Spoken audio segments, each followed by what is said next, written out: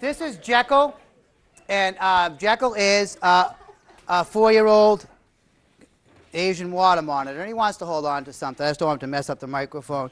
His tail is not prehensile, though this thing hangs. We take him out in the yard sometime when we climb trees, and he'll hang from his tail and reach out with his legs, so they don't call it prehensile, but man, it is strong. He's what you call dog tame. He's very sought after. A lot of zoos would love to have him. I raised him up from a baby. I just had someone drop off another baby.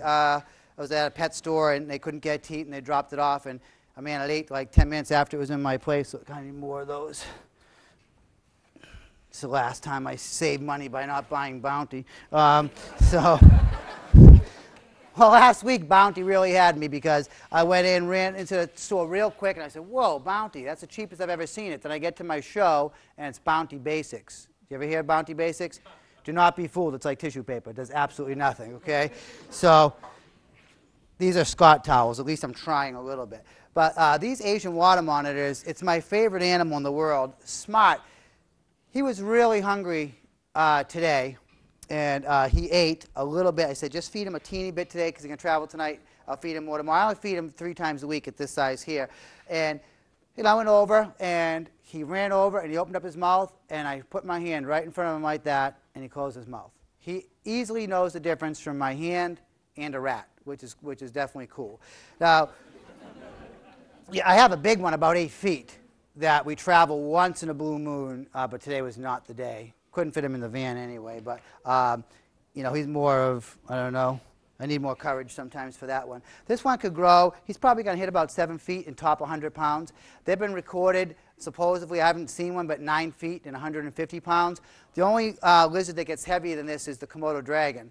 And even though a lot of people think the Komodo Dragon is the longest of the monitors, it is not. The crocodile monitor is actually longer. I've seen him a 15-footer, but it weighed about 70 pounds, 75 pounds.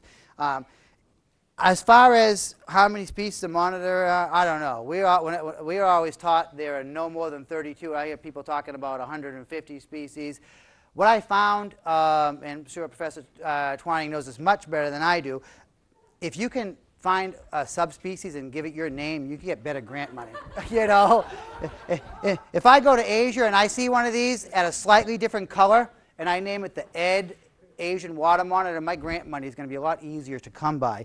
I always open my mouth and fill out my forms honestly, so about 8 years ago, basically, I'm never going to get another grant again. But these guys here, they are hunted quite a bit. They're still holding strong. Sri Lanka has a lot. You find them many different parts of Asia that have now been found, I know over the last 10 or 15 years in mainland China.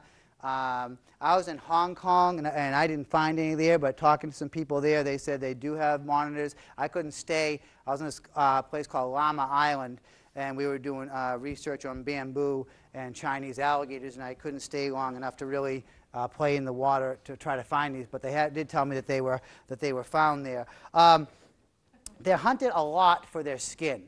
And again, this is my opinion. Local people that are living in huts and killing these to help, you know, clothe themselves. And I know some people that I've met from India said that they've even used this skin to cook rice and vegetables and stuff in. That I don't think they can do enough harm. I haven't seen that they can do enough harm, and I really don't know what the alternative is unless you're going to go build them a market to go eat, because they can't starve to death. So they are hunted for their meat and their skin. They were, and probably still are, a little bit being caught in the wild for the pet trade. The pet trade is a funny thing. I'm not against people owning animals, but anything that can be bred in captivity, you should buy a captive animal. There's a few reasons. Even if you don't care about the environment, a captive animal is a healthier animal. And some people argue that you're helping the person in the third world country make money by buying the animal. You're really not, because you know who makes the money? It's the people, it's the middleman, and then the retail or the wholesale over here.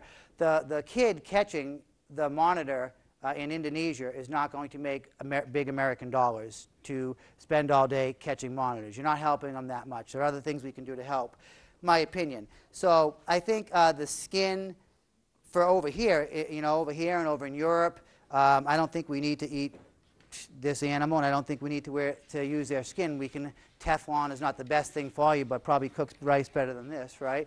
So we do have options, and I think we have to weigh our options.